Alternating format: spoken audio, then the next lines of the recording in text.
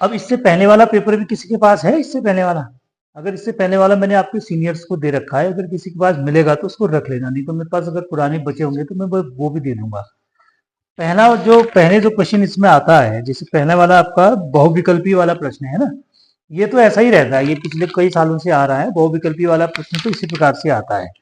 उसके अलावा इसमें एक प्रश्न ये जो आ रहा है, ये 2-3 सालों से जुड़ा है, अभिकथन वाला। इसमें देखो अगला आपका ये जो है ना, जौ के बाद वाला एक में निर्देश दे रखा है, अभिकथन ए दे रखा है, फिर उसका कारण होता है ना, ये वाला प्रश्न जो है, ठीक है, एसरेशन जिसको कहते हैं, एसरेशन वाला है, उसमें रीजन दे रखा है, ठीक। तो ये टोटल आपका 10 नंबर का ये बन जाता है ना। अब इसमें क्या है, अगर किसी बच्चे ने ये पूरा कर दिया तो आपके 10 नंबर तो यहीं पर आ जाते हैं, ठीक है। तो 10 नंबर आपके यहां बन जाते हैं। फिर उसके बाद आप आगे देखेंगे तो ये एक एक नंबर के प्रश्न शुरू हैं, ठीक। अच्छा, इसके अलावा अब आप इसमें देखो, एक ये जो पूर्ण करने वाला आया है, छठे नंबर वाला प्रश्न को देखो जरा। छठे नंबर वाला जो प्रश्न है, ये अभिक्रिया को पूर्ण करने वाला प्रश्न है, अभिक्रिया को पूर्ण करने वाला प्रश्न। अब इससे पहले पहले कभी क्या होता था कि कभी कभी जो है कि केवल इसके नीचे वाले जो अथवा वाले में भी इसमें आया है कि अथवा करके लिखा है ना इसमें, कि निम्नलिखित अभिक्रियाओं की रासायनिक समीकरण लिखिए, रिमर टिमर अभिक्रिया, विलियमसन संश्लेषण। तो ऐसे करके नाम करके अभिक्रिया आती थी। तो नाम करके अभिक्रिया आने में तो क्या होता है कि आपने अभिक्रिया याद कर रखी है, तो आप उस अभिक्रिया को एक उदाहरण सहित लिख देंगे, ये तो ठीक है। लेकिन जो ऊपर वाला पार्ट आपने बना रखा है, ऊपर वाले पार्ट के लिए क्या है, थोड़ा सा अभिक्रिया क्या जो आपने याद कर रखी है, ये वही वाली अभिक्रिया है जो नीचे दे रखी है, उसी का है, लेकिन उसका एप्लीकेबल वाला पार्ट है, उसी अभिक्रिया का एप्लीकेशन है। अगर आपने इन दोनों अभिक्रियाओं को अच्छे से याद किया हुआ है, और वो अभिक्रिया कहाँ कहाँ किस किस एप्लीकेशन में किस किस एग्जाम्पल में इस्तेमाल होती है, अगर वो आपको आता है, तब आपके ये ऊपर वाले क्वेश्चंस बनेंगे, ठीक है ना, ये वाला है। अच्छा, इसके अलावा बाकी आप देखेंगे नीचे जो इस बार जो चेंज हुए हैं, वो जो 2-3 प्रश्न जो चेंज हुए हैं, अब प्रश्न नंबर आप 11 में आ जाओ। प्रश्न नंबर 11 देखना जरा। देखो प्रश्न नंबर 11 है, ये प्रश्न नंबर 11 पहले तक इस तरह का सवाल नहीं आता। तो इसमें क्या लिखा है कि निम्नलिखित कथनों के बारे में सत्य अथवा असत्य लिखिए। आपका 4 कथन दे रखे हैं, क ख ग घ करके 4 कथन है, और प्रत्येक कथन जो है वो आधे अंक का है, ठीक है ना। एक कथन यदि आपका सही है तो उसको आधा अंक मिलेगा। तो ऐसे 4 हैं तो आधा आधा, अगर 4 सही हो गए आपके तो वो कितने हो जाएंगे, 2 अंक हो जाएंगे। तो ऐसे प्रश्नों में क्या है, ये प्रश्न क्यों आसान होते हैं, क्यों नंबर लाने वाले होते हैं, इसमें आपको बाकी कुछ नहीं लिखना है। क्या लिखना है, खाली सत्य असत्य लिखना है, ठीक है ना। तो 4 नंबर आप 2 नंबर आपको मिल जाएंगे, खाली सत्य असत्य। लेकिन अब ये कब बनेगा ये सवाल, ये सवाल आपका तभी बनेगा जब आपकी थ्योरी बहुत अच्छे से आपको याद है ना। अगर आपने हर चैप्टर बहुत अच्छे से पढ़ रखा है, तभी आपके ये सवाल बनेंगे। ये ऐसे सवाल नहीं है कि ये खाली हवा में आप असत्य सत्य लिख देंगे, तो मतलब तुक्का लगा के लिखेंगे तो वो अलग बात है, लेकिन तुक्का लगाने से जरूरी थोड़ी कि सवाल सही हो जाएगा। तो सवाल सही कब होगा, जब आप इसको डिटेल में पढ़ेंगे, तो तब आपका ये सवाल सही हो जाएगा, ठीक है। अच्छा, इसी प्रकार से आप देखेंगे, आप प्रश्न नंबर 13वां देखिए। प्रश्न नंबर 13वां देखिए। अब देखो ये भी बड़ा इंटरेस्टिंग सवाल है जो इसी बार पूछा गया है, इससे पहले नहीं आता। अब इसमें क्या दे रखा है कि कॉलम ए में दी गई अभिक्रियाओं का कॉलम 2 में दिए गए नामों से मिलान कीजिए। अब एक तरफ दे रखी है इसमें अभिक्रिया, पूरी अभिक्रिया दे रखी है जैसे कॉपी में किताब में लिखी होती है। दूसरी तरफ ये दे रखा है कि ये कौन सी अभिक्रिया है, उसका नाम आपको है, तो उसमें क्या करना है, एरो का चिन्ह बनाना है, ठीक है, ऐसे मिलाना है क्रॉस करके उसको। तो इसमें 4 इस तरफ दे रखी है अभिक्रियाएं, और इधर उसका नाम दे रखा है। अब ये भी कब है, ये भी कब आपको आएगा, जब इन अभिक्रियाओं को आपको अच्छे से ये अभिक्रियाएं याद होंगी, है ना, किस अभिक्रिया को क्या कहते हैं। हम जब ये पढ़ना शुरू करेंगे तो हमको बहुत सारी ऐसी नेम रिएक्शंस मिलेंगी जो किसी वैज्ञानिकों ने खोजी हैं, तो उनके नाम पर उन अभिक्रियाओं को रखा जाता है, ठीक है। तो ये भी बड़ा अच्छा प्रश्न है, ये भी आधे नंबर का एक है। इसमें अगर आपने एक को सही मिलान कर दिया तो आपको आधा अंक मिलेगा, तो ऐसे चारों को आपने मिलान कर दिया तो 2 अंक आपको मिलेंगे, है ना। तो इसमें भी क्या है, 2 अंक प्राप्त करने का ये बहुत अच्छा प्रश्न है। मतलब आपको बहुत कुछ लिखना नहीं है, कोई कैलकुलेशन आपको नहीं करनी है किसी तरीके का, बस आपको यह है कि रिएक्शन यदि अच्छे से याद है तो रिएक्शन के आधार पर आप मैचिंग करेंगे तो आपके 2 नंबर आ जाएंगे, ठीक है। अच्छा, फिर और आगे चलो आप,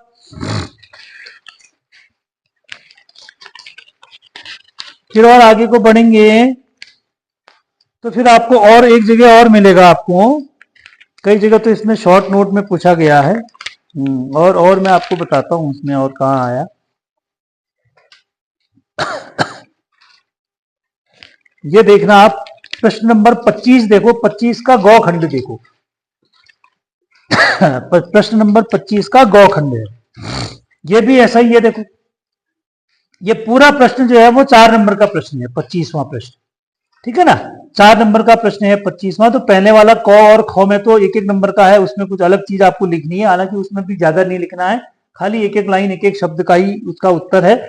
बाकी जो गौ वाला है वो भी यही मिलान करने वाला है, इसी तरह से आपको खाली मिला लेना है, इससे दूसरे वाले को मिला दिया तो इसमें भी वही है, आधा अंक आप मिलाएंगे तो आपको 2 नंबर इसमें मिल जाएंगे। तो ये टोटल करके कितने हो गए ऐसा करते करते 6 अंक हो गए, ठीक है। फिर एक लास्ट वाला देखो आप, लास्ट मतलब 26वां प्रश्न देखो एक। अब 26वें प्रश्न में क्या दिया है, 26वें प्रश्न में एक ऊपर से पैराग्राफ आपको दिया हुआ है और उस पैराग्राफ में नीचे आपको प्रश्न दे रखे हैं, तो ये पैराग्राफ से ही आपको प्रश्न जो है वो खोजने हैं। ये भी कितने नंबर का है, 4 नंबर का ये प्रश्न दिया है, ठीक है। अब आप इनको, जो हमने जिन प्रश्नों को अभी देखा उन प्रश्नों को जरा गिनो तो उनके नंबर कितने हो रहे हैं, जो जो जिनमें हमने चर्चा की केवल उन्हीं को अगर आप गिनो,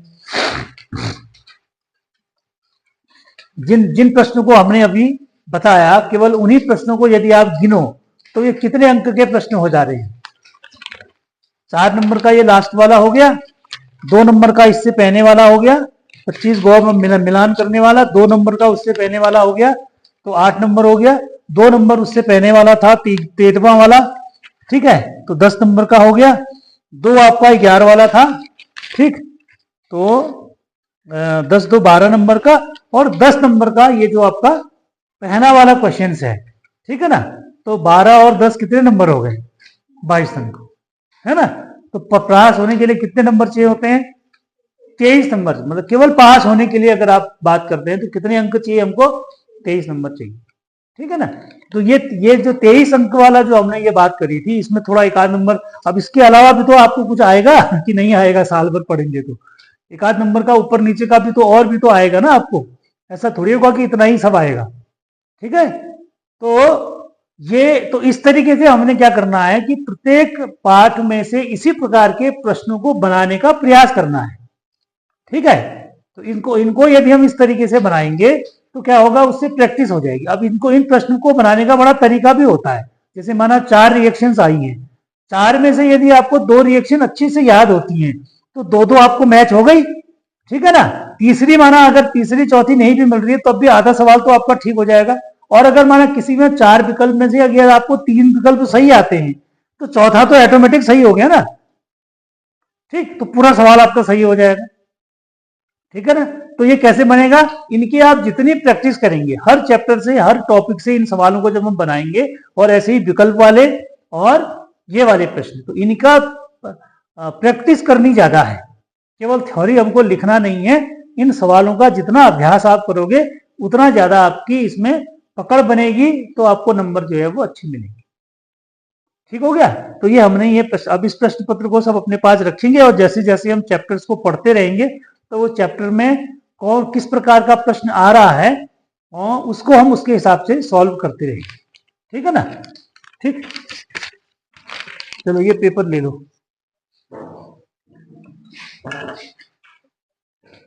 परसों मैंने प्रश्न क्या क्या क्या बनाया था, तो परसों हमने विकल्प में प्रश्न आपको पहला दिया था कि हेलो एल्केन्स में हेलोजन एल्किल परमाणु से के जिस कार्बन से जुड़ा होता है उसमें कौन सा संकरण होता है। 4 विकल्प दिए थे, तो कौन सा संकरण होता है उसमें, sp3 संकरण होता है, ठीक। दूसरा दिया था कि हेलो एरीन में जो हेलोजन परमाणु एरिल समूह के किस कार्बन से जुड़ता है, या मतलब जिस कार्बन से जुड़ता है उसमें कौन सा संकरण होता है, कौन सा होता है, sp2 संकरण होता है, ठीक हो गया। फिर तीसरा हमने दिया था कि क्लोरेम्पिकॉल क्लोरीन युक्त जो दवाई है वो किसमें काम आती है, प्रतिजैविक है या कॉस्मेटिक्स में आती है, टाइफाइड बुखार के इलाज में आती है, या चौथा हमने दिया था कि ए और सी दोनों में आती है, ए और सी दोनों में काम आती है। ठीक है। अच्छा, अगला प्रश्न था कि क्लोरोक्विन का उपयोग होता है किसमें? मलेरिया में होता है। हमने विकल्प दिया था मलेरिया में, बुखार में, पेट दर्द में, या कोई नहीं, ऐसा कुछ दिया था। तो मलेरिया में होता है। ठीक है ना। एक और था निश्चेतक का उपयोग, निश्चेतक के रूप में किसका उपयोग होता है? हेलोथन का उपयोग निश्चेतक के रूप में होता है। तो इसमें हमने मैथिल क्लोराइड, ब्रोमीन और कोई नहीं दिया था। ठीक है। ये प्रश्न सबके बन गए थे। ठीक, तो ये प्रश्न आपने बना लिए। अब इसके बाद एक चीज और देखना, अगर जो लोग वो देख रहे हैं, ये मैचिंग वाला मैंने एक दो सवाल बना करके उसमें दिया हुआ है, चैनल में दे रखा है, तो जो लोग देखते हैं तो उसको भी देखना। उसमें मैंने यही इंट्रोडक्शन वाला वीडियो बना करके दिया हुआ है, और ये वाला सवाल तो नहीं दिए, लेकिन जो मैचिंग वाला एक सवाल मैंने उसमें दिया हुआ है। ठीक है ना। अब ये छोटा छोटा दोनों तरफ से सवाल देंगे, तो जिनके पास किस किस के कितने लोगों के पास सुविधा है इसको देखने की, यूट्यूब देखने की, कितने लोगों के पास है जो देख सकते हैं? नहीं है?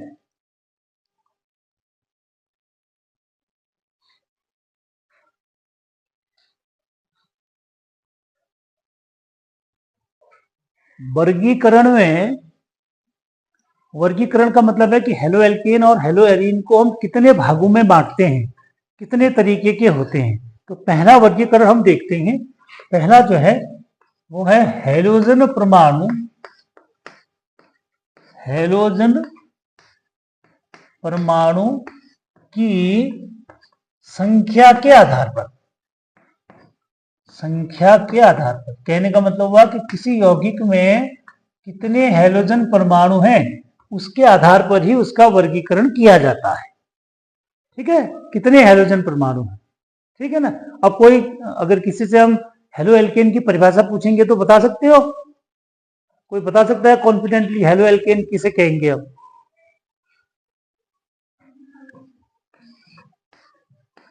जोर से बोलो, जिसको आता है जोर से बोलना चाहिए। मोनो हेलोजन यौगिक होते हैं पहले वाले, पहले वाले होते हैं मोनो हेलो एल्केन या मोनो हेलोजन यौगिक। ठीक है, मोनो हेलोजन यौगिक। ठीक, या इसको हम लिखेंगे तो mono halo alkane, mono halo alkane. ठीक, तो मोनो का मतलब क्या होता है? एक। तो ऐसे हेलो एल्केन जिनमें क्या होगा? एक ही हेलोजन परमाणु होगा। और हेलो एल्केन भी है, साथ में इसके साथ में हेलो एरीन्स भी लिख सकते हैं, हेलो एरीन्स भी। ठीक, तो ऐसे एरोमेटिक वाले जो हमारे, जिसको हम एरिल हेलाइट्स कहते हैं और एल्किल हेलाइट्स कहते हैं एलिफेटिक्स वालों को, तो उनमें जिनमें केवल एक ही हेलोजन परमाणु होगा, ठीक है ना, उनको हम कहते हैं मोनो हेलोजन यौगिक। ठीक है ना। तो जैसे उदाहरण बता देखते हैं, इसको हम लिखते हैं आर एक्स के द्वारा, इसको सिंपल हमने लिखा था आर एक्स। आर एक्स का एग्जाम्पल आप बना दोगे तो C H three C L हो गया, C2H5 Br हो गया, C3H7 Br हो गया। ये इसके उदाहरण है। हम कैसे पहचान रहे हैं इसको भाई? कैसे पहचान रहे हैं, बता सकते हैं कोई? हाँ, इसका क्या है पहचानने का तरीका कि इसमें हेलोजन परमाणु एक ही है, कोई भी हेलोजन परमाणु हो सकता है। ठीक है ना। ऐसे एरोमेटिक वाले को भी बना देंगे। माना हमने बना दी क्लोरोबेंजीन, ठीक है, दूसरा हमने बना दिया ब्रोमोबेंजीन, ठीक है, तीसरा हमने बना दिया आइडोबेंजीन। ये सब क्या है? मोनो वाले हैं, मोनो हेलो एल्केन्स या मोनो हेलो एरीन्स। ठीक है, इसके एग्जांपल्स हैं। आप अपनी तरफ से कोई एग्जांपल बता सकते हो?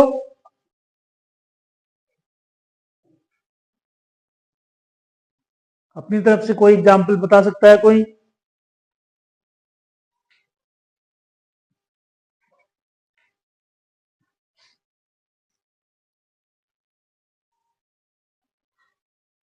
है।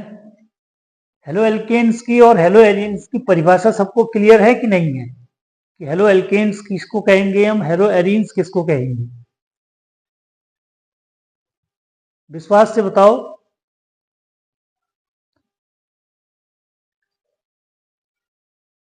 नहीं है? क्यों? बताओ तो, बताओ तो, पीछे बताओ। राकेश बताओ तुम। नहीं है यार, फिर मैं इतनी देर से पूछ रहा हूं, यही तो गड़बड़ है। और और कोई बता सकता है हेलो एल्केन्स की परिभाषा? हेलो एल्केन्स की परिभाषा देखो, सिंपल शब्दों में कहेंगे तो एल्केन्स के हेलोजन डेरिवेटिव्स को हेलो एल्केन्स कहा जाता है। क्या कहा मैंने? एल्केन्स के हेलोजन डेरिवेटिव्स को हेलो एल्केन कहा जाता है।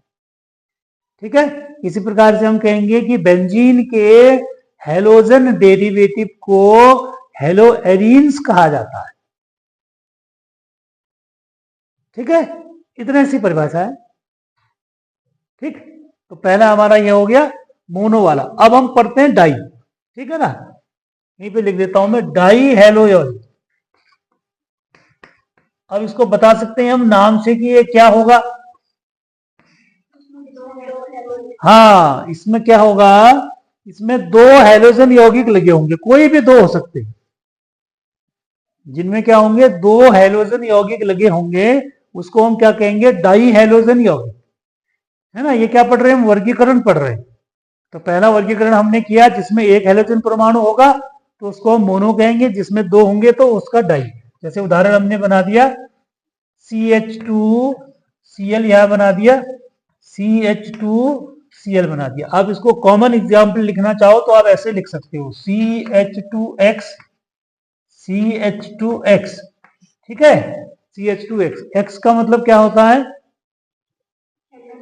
हेलोजन्स होते हैं कोई भी, है ना। X बराबर हम क्या लिखते हैं, क्लोरीन, क्लोरीन, ब्रोमीन और आयोडीन। कहने का मतलब हुआ कि यहाँ पर X की जगह में कोई भी हो सकता है, तो ये डाई हो जाएंगे। अब यहाँ पर हमने क्लोरीन और क्लोरीन लगा रखा है ना, तो इसको बदल भी सकते हैं हम। यहाँ पर हमने Cl लिख दिया, तो यहाँ पर क्या हो सकता है, Br भी हो सकता है, तो ये भी क्या हो जाएगा, डाई हेलोजन हो जाएगा। तो जिसमें दो हेलोजन उपस्थित होंगे तो वो क्या हो जाएगा, डाई हेलोजन हो जाएगा। अब ये हमने एलिफेटिक वाला बनाया, हेलो एल्केन बनाया, तो हेलो एरीन भी बन जाएगा ऐसा, है ना।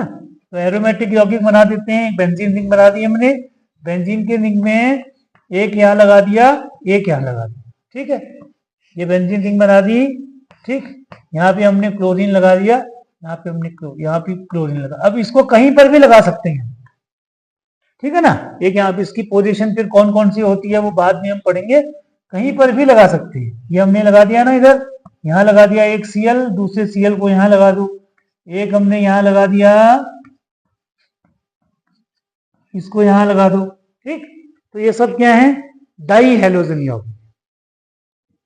ठीक है, तो ये दूसरी संख्या की, किसके आधार पर कर रहे हैं हम, हेलोजन परमाणु की संख्या के आधार पर वर्गीकरण है। तो हेलोजन परमाणु की संख्या जिसमें जितनी होगी वही उसका नाम हो जाएगा। ठीक है ना। अब इसी के आधार पर अगला क्या लिख सकते हैं हम इसमें, ट्राई हेलोजन यौगिक। ट्राई हेलोजन यौगिक। ठीक है ना। अब ट्राई में क्या आ जाएगा, फिर तीन हो जाएंगे। ठीक है ना, इसी को मिटा के मिला देता हूं मैं, CHCl हो जाएगा, यहाँ पे CH तो Cl कर देते, ये हो जाएगा। ठीक है, अब इसको यहाँ पर थोड़ा सा मैं इससे अलग प्रश्न पूछ रहा हूं, अगर किसी को ये आए समझ में। देखो यहाँ पे मैंने लिखा है CH2Cl, यहाँ भी लिखा है CH2Cl, यहाँ पर मैंने खाली CHCl ही क्यों लिखा होगा, मतलब एक ही हाइड्रोजन क्यों लगाया होगा। अगर मैं यहाँ पर भी CH2 लगा दूं तो क्या होगा, हाँ, कार्बन के बॉन्ड कितने हो जाएंगे, 5, इसलिए हमने क्या लगाया, CHCl। ठीक है ना, तो ये ट्राई वाला हो गया। अब इसका कोई भी एग्जाम्पल बन सकता है। यहाँ पे हमने लिख दिया CH2Br, यहाँ पे लिख दिया हमने CHCl, यहाँ पे हमने लिख दिया CH2Br। ठीक है ना, ये भी ट्राई वाला हो गया। ऐसे ही बेंजीन वाले भी बना देते हैं, दो हमने पहले से लगा रखे थे, एक और जोड़ देते हैं इसके साथ, ये Cl ट्राई वाला हो गया। यहाँ पर एक X जोड़ दो, ये X वाला कॉमन बना रखा है हमने, ये ट्रिपल हो गया। कहीं पर भी जोड़ दो, यहाँ पर एक Cl जोड़ दो, ये ट्राई हो गया। यहाँ पर एक Cl जोड़ दो, Br भी जोड़ सकते हैं, ठीक है ना। तो ये ट्राई हैलोजन यौगिकों के उदाहरण होंगे। तो वर्गीकरण पर हैलोजन परमाणु की संख्या के आधार पर हैलोजन यौगिक 3 प्रकार। अब इससे ज्यादा कई बार क्या होता है, मोनो डाई के अलावा जब हम आगे को बढ़ते रहते हैं तो इसको किताब में एक नया शब्द भी देते हैं, पॉली हैलोजन यौगिक, ठीक है ना। मोनो डाई के अलावा फिर पॉली आ जाएगा, ठीक है। तो पॉली में इस तरीके से फिर ट्राई हो जाएगा। माना अगर किसी में 4 भी लगे होंगे ना, तो 4 वाले को फिर हम क्या बोल देंगे, टेट्रा वाला बोल देंगे, ठीक है। फिर वो पॉली आगे को आपका बढ़ता रहेगा, ठीक। तो मुख्य रूप से जो हम पढ़ते हैं वो यही 3 प्रकार के पढ़ते हैं, मोनो, डाई और ट्राई, ठीक है ना। तो ये किसके आधार पर है, हैलोजन परमाणु की संख्या के आधार पर। ये पहले प्रकार का वर्गीकरण हो गया, ठीक है। यहां तक कोई दिक्कत नहीं है। अब देखो दूसरा वाला जो वर्गीकरण हम पढ़ेंगे वो इस प्रकार का वर्गीकरण है कि जिसमें, जैसे हमने पहले इंट्रोडक्शन में ही पढ़ा था, कि हैलोजन यौगिकों में जो हेलो एल्केन्स होते हैं, तो हेलो एल्केन्स में हैलोजन परमाणु एल्केन के उस कार्बन परमाणु से जुड़ता है जिसमें sp3 संकरण होता है। तो अब ये जो वर्गीकरण हम पढ़ेंगे, इस वर्गीकरण में जो ये हैलोजन परमाणु लिखा है ना X, ठीक है, ये किस कार्बन से जुड़ा है, जिस कार्बन से जुड़ता है जिसमें क्या होगा, sp3 संकरण होगा। तो उसके आधार पर ये कितने प्रकार का होता है, ठीक है। मतलब पहली शर्त तो क्या है, पहली शर्त तो ये है कि हैलोजन परमाणु कार्बन से जुड़ा हुआ है, लेकिन कार्बन में क्या होना चाहिए, sp3 संकरण होना चाहिए, ठीक है ना। तो इसके आधार पर ये कितने प्रकार का होता है, ठीक है। अब इसको भी ध्यान से देखना। पहला प्रकार इसमें जो आता है इसको हम कहते हैं प्राथमिक हेलो एल्केन। प्राथमिक हेलो एल्केन, प्राथमिक हेलो एल्केन। अब ये कैसा है प्राथमिक हेलो एल्केन, जिसको हम सिंपल सी भाषा में लिखते हैं ऐसे RX वाला, इसको एक तरह से प्राथमिक ही कहा जाता है। लेकिन परिभाषा के हिसाब से यदि हम कहेंगे तो उसमें यह होता है कि हैलोजन परमाणु, ध्यान से सुनना, हैलोजन परमाणु जिस कार्बन परमाणु से जुड़ता है या जिस कार्बन परमाणु से जुड़ा हो, तो उस कार्बन परमाणु में संकरण तो sp3 होगा ही, ठीक है ना। इसके अलावा वो कार्बन परमाणु यदि हाइड्रोजन से या केवल एक कार्बन परमाणु से जुड़ा हो, तो उसको हम क्या कहते हैं, प्राथमिक हेलो एल्केन्स कहते हैं। क्या कहा मैंने, फिर से सुनना, ठीक। मैंने क्या कहा कि हेलो एल्केन में हैलोजन परमाणु जिस कार्बन परमाणु से जुड़ता है या जिस कार्बन परमाणु से जुड़ा हो, वो कार्बन परमाणु यदि किसी एक एल्किल समूह से जुड़ता हो, किसी एक एल्किल समूह से जुड़ा हो, तो ऐसे को हम क्या कहते हैं, प्राथमिक हेलो एल्केन कहते हैं, ठीक है। अब साधारण रूप से जो इसको हम लिखते हैं तो ये भी हमारा प्राथमिक में ही कहा जाता है, ये प्राथमिक का ही उदाहरण है, ठीक है। इसको कैसे लिखा जाता है, इसको लिखने का तरीका होता है ये, इसको 1 डिग्री कहते हैं, 1 डिग्री, ठीक है ना। अब इसका उदाहरण कैसे बनाते हैं, ये सब इसी के उदाहरण है, CH3 CH2 Cl, ये इसी का उदाहरण है, ठीक है ना, ये इसी का एग्जाम्पल है।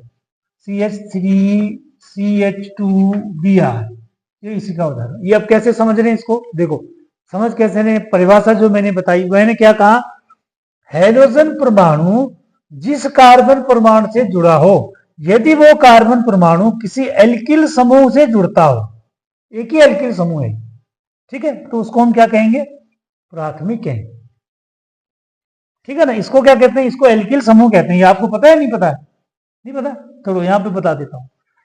हमने कल ये कहा था आपसे कि भाई इसको हम कहते हैं एल्कीन, ये एल्केन के ही डेरिवेटिव है ना। तो एल्केन को सामान्य रूप में क्या लिखा जाता है, RH,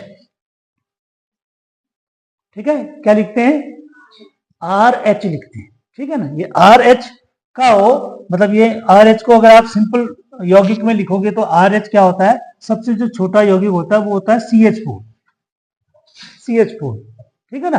तो उसको हम जनरल फॉर्म में जब लिखते हैं सामान्य रूप में तो उसको लिखाता है आर एच। कल मैंने इसको ऐसे भी लिखा था ना, ये हमने लिखा था CH4 को मैं कैसे लिख सकता हूं, ऐसे लिख सकता हूं क्यों भाई, CH4 को मैं ऐसे लिख सकता हूं कि नहीं लिख सकता, लिख सकता हूं। लिखने में क्या होगा, कोई दिक्कत है, कोई दिक्कत नहीं है, मतलब इस हाइड्रोजन को फिर जोड़ देंगे इसी के साथ में, अभी इससे हटा दिया मैंने, ठीक है, दो भागों में बांट दिया, तो 4 कार्बन थे, यहाँ एक साथ है, यहाँ मैंने अलग कर दिया, ठीक। अब ये उसी का रूप है। अब आप इसमें से पहचान सकते हो कि इसमें आर की जगह में कौन सा स्थान है, ये क्या आया, आर है, ठीक है ना, ठीक। तो एल्केन का ये वाला जो समूह होता है, यानी कि जब एल्केन को हम तोड़ेंगे ना, तो तोड़ने के बाद जब बॉन्ड लग करके हमको ऐसा मिलेगा कहीं पर, तो हम इसको कहते हैं एल्किल समूह। अभी एल्केन है ना, तो एल्केन से जब हाइड्रोजन निकल जाएगा तो उसके बाद जो बचेगा इसको कहते हैं एल्किल। क्या कहते हैं इसको, एल्किल कहते हैं, एल्किल समूह कहते हैं, ठीक है। अब ये क्या है फिर, ये वही है, एल्किल ही है ना। अब मैंने परिभाषा में क्या बताया था कि हैलोजन परमाणु जिस कार्बन परमाणु से जुड़ा होता है वो कार्बन परमाणु यदि एक एल्किल समूह से जुड़ा हो तो उसको हम क्या कहते हैं, प्राथमिक कहते हैं, ठीक है ना, प्राथमिक कहते हैं, ठीक। अब यहां पर एल्किल का मतलब एक ही कार्बन है तो हम इसको मैथिल समूह कहेंगे, ठीक है ना। अब यहां पर यदि हम दो को जोड़ देते हैं, सपोज करो हमने ऐसा लिख दिया C2H5 कर दिया, फिर CH3 कर दिया, फिर Cl कर दिया, ठीक है। फिर हम यही कहेंगे कि हैलोजन परमाणु जिस कार्बन परमाणु से जुड़ता है वो कार्बन परमाणु यदि किसी एल्किल समूह से जुड़ा हो, तो यहां पर एल्किल समूह क्या हो गया, एथिल हो गया, ये एथिल हो गया, 2 कार्बन माना, ठीक है ना। तो ये क्या हो जाएगा, ये प्राथमिक हो जाएगा, ठीक है। तो आपको 2 चीज याद रखनी है इसमें, क्या, पहला कि भाई जो हैलोजन परमाणु है पहला, तो जिस कार्बन से जुड़ता है उसमें संकरण कैसा होगा, sp3 होगा, और दूसरी बात कि ये sp3 वाला जो कार्बन होगा ये किससे जुड़ेगा, किसी एल्किल समूह से, एक ही एल्किल समूह से जुड़ा होगा, तब हम उसको क्या कहेंगे, प्राथमिक कहेंगे। तो ये वर्गीकरण का दूसरा भाग है, ठीक है। पहला वर्गीकरण हमने हैलोजन परमाणु की संख्या के आधार पर किया था, तो दूसरा हम किसके आधार पर कर रहे हैं, अब इसको हम ये कह सकते हैं कि इसको हम एल्किल समूह की संख्या के आधार पर कर रहे हैं। तो इसमें अगर एक ही एल्किल समूह जुड़ा होगा तो उसको हम प्राथमिक कहेंगे। अब इसमें ये भी ध्यान रखना, जैसे मैंने कहा कि ये अगर इसमें कोई समूह नहीं जुड़ा है तो इसको भी हम प्राथमिक ही कहते हैं। हाइड्रोजन परमाणु इससे डायरेक्ट जुड़ा है ना, ये इसमें तो कोई, आप कहोगे इसमें तो कोई समूह जुड़ा ही नहीं है फिर, तो इसको भी प्राथमिक ही कहते हैं। ये भी प्राथमिक होता है और ये भी सब प्राथमिक में ही आते हैं, ठीक है ना। तो हैलोजन परमाणु यदि एक ही कार्बन परमाणु से जुड़ता है तो हम उसको कहते हैं प्राथमिक हेलो एल्केन।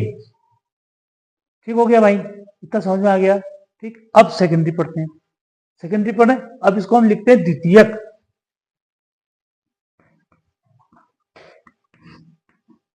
द्वितीयक हेलो एल्केन, ठीक है। उसी परिभाषा को मैं फिर से और रिपीट कर रहा हूं, अरे उसी परिभाषा को मैं फिर से बता रहा हूं कि हैलोजन परमाणु, ये हैलोजन परमाणु है, अब मैं इसको सिंपल भाषा में बता रहा हूं। ये हैलोजन परमाणु में मतलब सिंपल फॉर्मूला, जैसे आप गणित में पढ़ते हैं ना सिंपल फॉर्मूला, फिर उसको लगा लेते हैं।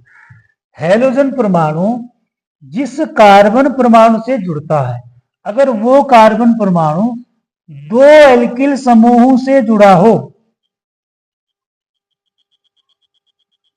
भाई तो नहीं हाजुर, हैलोजन परमाणु जिस कार्बन परमाणु से जुड़ा हो वो कार्बन परमाणु यदि 2 एल्किल समूहों से जुड़ता है, इसको 1 लिख देंगे, इसको 2 लिख देंगे, तो इसको हम क्या कहेंगे, सेकेंडरी कहते हैं, है ना। अब यहां पर कुछ और आएगा क्या, सोच के बताओ क्या आएगा, यहां पर H आएगा, बिल्कुल सही, यहां पर H है, यहां पर लिखो, चाहे आप यहां पर लिखो H आएगा, ठीक है। तो अब पहले वाले में यहां पर CH2 है ना, अब CH2 हट गया, एक हाइड्रोजन हटा तो क्या आ गया, एल्किल समूह। तो ये क्या हो गए, सेकेंडरी हो गए। ठीक, तो फिर से परिभाषा क्या कही, हेलोजन परमाणु जिस कार्बन से जुड़ेगा, ये कार्बन परमाणु यदि दो एल्किल समूह से जुड़ा हो, एक इसको हमने R1 लिखा है, दूसरे को R2 कर दिया, इसको 1 कर दिया, इसको 2, तो उसको क्या कहेंगे, सेकेंडरी कहेंगे, सेकेंडरी कह देंगे।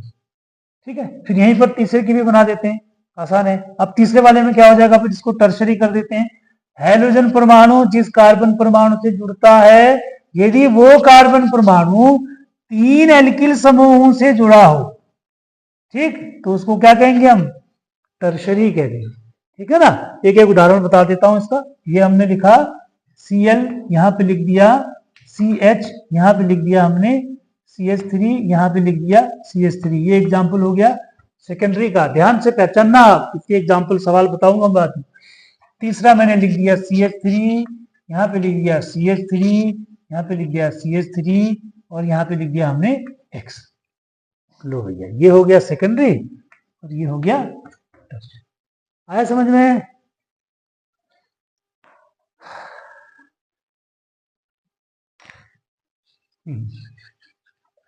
आया कि नहीं?